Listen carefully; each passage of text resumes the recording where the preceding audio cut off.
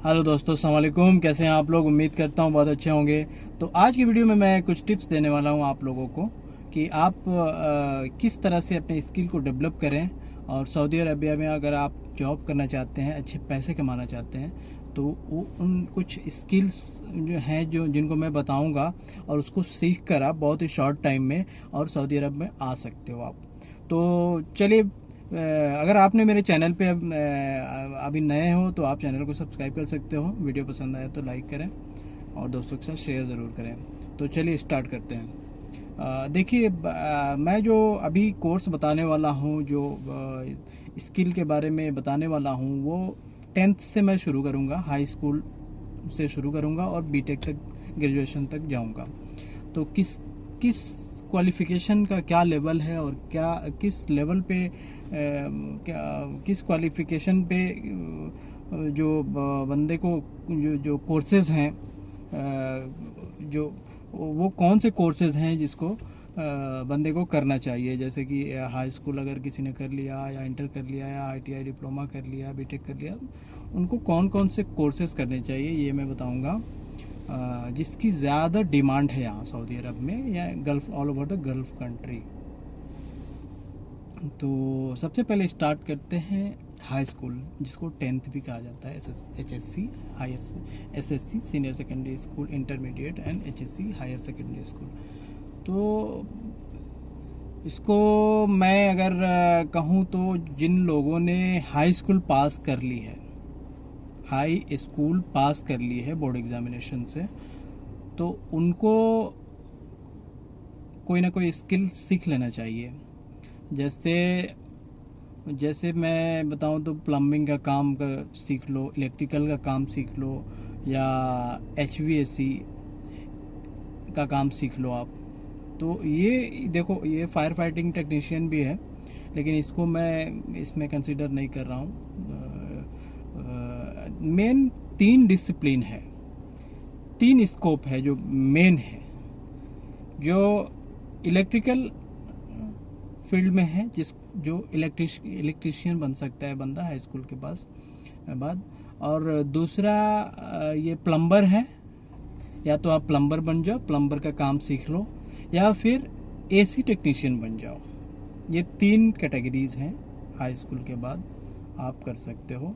High school जिन्होंने पास नहीं किया उनके लिए भी वो भी कर सकते हैं, नो डाउट। उसमें ये सब टेक्नीशियन लेवल का काम है। तो इनकी डिमांड जो है बहुत ज़्यादा है गल्फ़ कंट्रीज़ में, बहुत ज़्यादा, ठीक है। और दूसरा, अब चलते हैं आईटीआई की तरफ। अगर किसी बंदे ने आईटीआई सिविल से की है, सिविल ड्राफ्ट्समैनशिप होता है, इलेक्ट्रिशियन से की है, प्लम्बर से की है, प्लम्बिंग से की है, मैकेनिकल मीन्स एचवीएसी और प्लम्बर दोनों आ जाते हैं मैकेनिकल में। तो एसी एयर कंडीशनिंग में की है, तो ये तीनों चीज़ें इसमें भी बहुत काम की हैं। इलेक्ट्रिशियन, प्लम्बर और एचवीएसी, ये तीनों चीज़ें। और बिल्डिंग टेक्नीशियन जो सिविल से, अगर आपने आईटीआई की है तो बिल्डिंग टेक्नीशियन के लिए एलिजिबल होंगे, या डिजिटल इंजीनियरिंग में आप आ सकते हैं। मैं आगे बताऊंगा किस तरह से। तो चलिए ठीक है, आपने ये कर लिया, सिविल से आपने आईटीआई कर लिया, या इलेक्ट्रिकल से कर लिया, या प्लम्बिंग से कर लिया, या फिर एचवीएसी से कर लिया।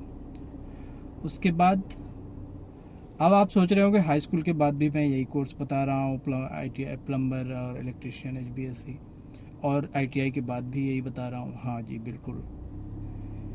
इसलिए मैं बता रहा हूँ कि हाई स्कूल के बाद जो बंदे आएंगे उनको ये सब स्किल सीखने में, अगर सीख के आते भी हैं इंडिया से, तो 100% नहीं रहते हैं, तो उनको ग्रो करने में टाइम लगता है, ठीक है ना।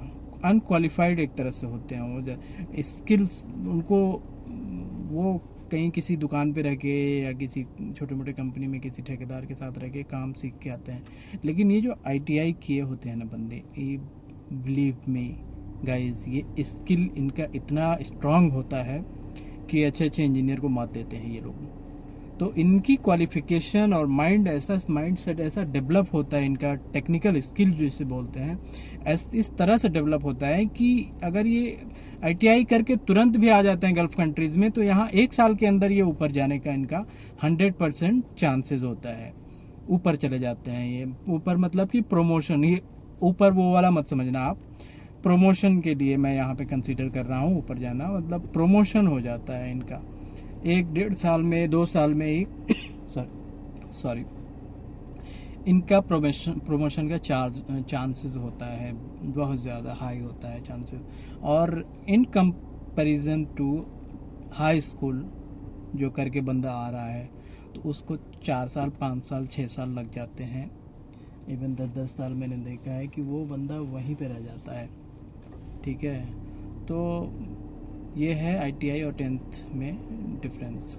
इंटरमीडिएट करके भी बंदे आ जाते हैं, तो सब मिला जुला के ये मिक्स है यहाँ पे। मैंने आपको बताया, ओवरव्यू मैंने दिया ये, लेकिन ITI वाले हमेशा ऊपर रहते हैं, उनका स्किल बहुत स्ट्रांग रहता है। दूसरे लेवल में अगर मैं आऊँ डिप्लोमा में, तो डिप्लोमा देखो, आपने जिस भी डिसिप्लिन से डिप्लोमा किया है, डिप्लोमा इंजीनियरिंग किया है, जो 3 साल का कोर्स होता है, ITI तो 2 साल का होता है, 1 साल का होता है, डिपेंड करता है डिसिप्लिन पे, कौन से डिसिप्लिन से आप कर रहे हो। प्लम्बर का मेरे ख्याल से 1 साल का होता है, और इलेक्ट्रिशियन, सिविल और बाकी ये सब 2-2 साल का होता है। तो खैर मुझे उतना आइडिया नहीं है कि कौन सा कितने साल का होता है, थोड़ा बहुत जो है वो बता रहा हूँ।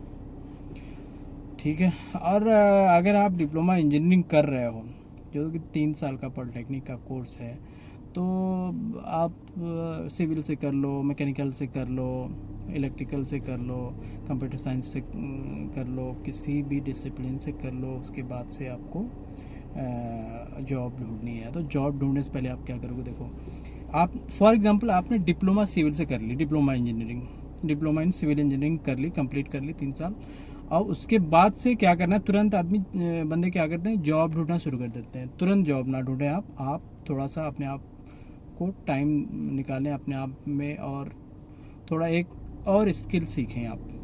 कंप्यूटर प्रोग्रामिंग जो सॉफ्टवेयर्स होते हैं कंप्यूटर के, आजकल डिजिटल सॉफ्टवेयर्स आ गए हैं, जैसे कि बिम हो गया, बिम के अंदर बहुत सारे सॉफ्टवेयर्स हैं, और जैसे ऑटोकैड है, रेविट है, कैटिया है, सिविल के लिए जो है मेन रेविट है एंड ऑटोकैड है, लुमियन वगैरह रेंडरिंग का सॉफ्टवेयर है। ये डिज़ाइनिंग से डिजिटल इंजीनियरिंग के सॉफ्टवेयर्स हैं, तो इसको आप सीख लो, कोर्सेज कर लो, जो कंप्यूटर के कोर्सेज कराते हैं, जो इंस्टीट्यूशंस जो होते हैं वहाँ से कर लो, आप सीख लो, और फिर आप अपनी स्किल को डेवलप कर सकते हो।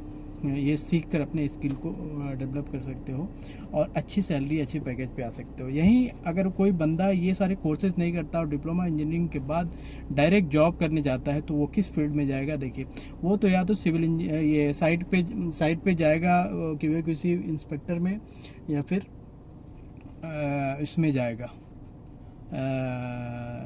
QA/QC हो गया, साइट सुपरविज़न हो गया, प्रोक्योरमेंट में जा सकता है। लेकिन इसमें उसका लेवल जो है ना, उसके टाइटल में इंजीनियर बोल के नहीं आएगा, टेक्नीशियन ही बोल के आएगा। साइट इंजीनियर में जा सकते हो आप, लेकिन साइट इंजीनियर में ज़्यादातर कंपनीज लेती नहीं है डिप्लोमा होल्डर्स को, 100 में से 10 कंपनीज ही लेती हैं, बाकी 90 कंपनीज रिजेक्ट कर देती हैं। BTech एंड BE वालों को लेती हैं एज ए साइट इंजीनियर, इतना याद रखें आप। तो अगर डिप्लोमा कर रहे हो आप और डिजिटल में आ रहे हो, डिजिटल इंजीनियरिंग में आ रहे हो, तो आपकी सैलरी सपोज 10,000 है स्टार्टिंग में, और वहीं पे जिस बंदे ने आपके साथ, अगर किसी बंदे ने पढ़ाई अपनी फाइनल की और वो फील्ड में जा रहा है एज ए साइट इंजीनियर, तो उसकी सैलरी वहाँ पे 5,000, 4,000, 3,000 ऐसी होगी, 4,000, 3,000 ऐसी ही होने वाली है। ठीक है ना, तो ये रहा आज का ओवरव्यू वीडियो। एक मैं इस पर डिटेल वीडियो बनाऊंगा दोस्तों, तो इससे आपको बहुत सारी चीज़ें सीखने को मिलेगी। इसके लिए चैनल पे अगर आप नए हैं तो चैनल को सब्सक्राइब कर लें, ताकि जब भी मैं वीडियो बनाऊँ तो उसका नोटिफिकेशन सबसे पहले आपको मिल जाए, और आप हमेशा, मैं यही चाहता हूँ कि आप हमेशा अवेयर रहें, कुछ सीखते रहें। चलिए आज के वीडियो में इतना ही, मिलते हैं नेक्स्ट वीडियो में, तब तक के लिए अपना ख्याल रखें।